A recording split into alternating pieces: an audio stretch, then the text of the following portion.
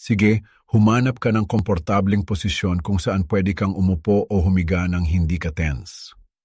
Hayaan mong mag-settle ang katawan mo at dahan-dahan mong ipikit ang iyong mga mata o kaya'y ibaba mo lang ang tingin mo.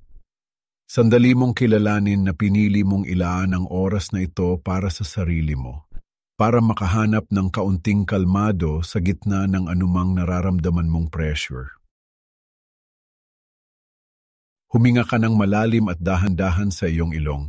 Mapapansin mo ang pagtaas ng iyong tiyan at dibdib. Pigilan mo ito ng ilang segundo, at pagkatapos ay dahan-dahan mong ilabas ang hangin sa iyong bibig.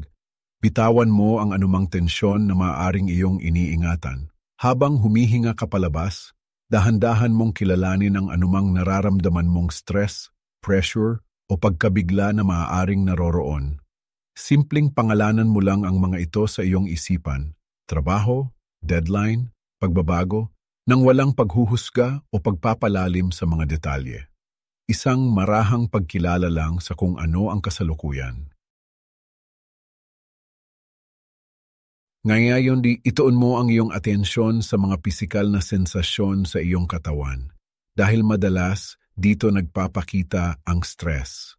Dahan-dahan mong iscan ang iyong katawan simula sa tuktok ng iyong ulo.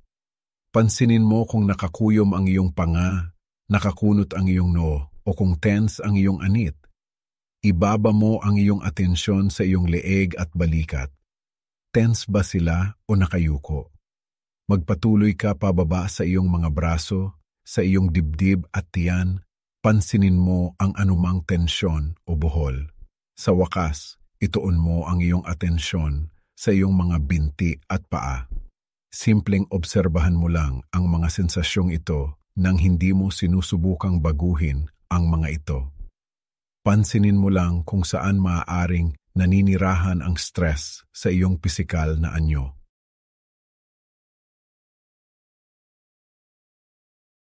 Ngayon, dahan-dahan mong ituon ang iyong atensyon sa iyong hininga.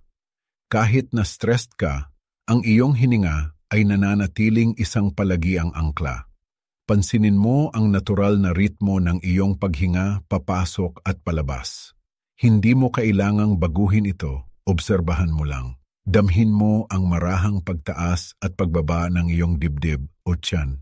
Habang nakatuon ka sa iyong hininga, maaaring mapansin mong naglalakbay ang iyong isipan sa mga iniisip na may kaugnayan sa iyong mga pinagkakastresan. Normal lang iyan. Kapag lumitaw ang mga iniisip na ito, kilalanin mo ang mga ito ng maikli.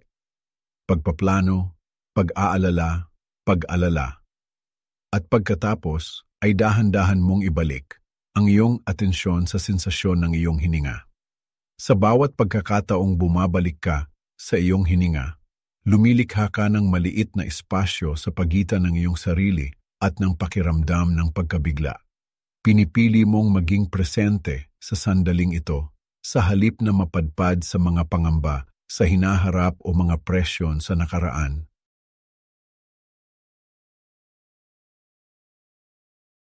Ngayon, habang patuloy kang humihinga, subukan mong obserbahan ang pakiramdam ng stress mismo bilang isang pansamantalang karanasan tulad ng isang alon na dumadaan sa iyo. Pansinin mo kung paano ito nararamdaman sa iyong katawan, ang kalidad ng mga iniisip na dala nito. Ipaalala mo sa iyong sarili na ang mga ito ay mga sensasyon at iniisip lamang, hindi kinakailangang mga katotohanan o permanenteng estado. Ikaw ang tagamasid ng karanasang ito, hindi ka nito binibigyang kahulugan. Makakahanap ka ba ng kaunting distansya sa pagitan ng iyong sarili at ng pakiramdam ng pagiging stressed?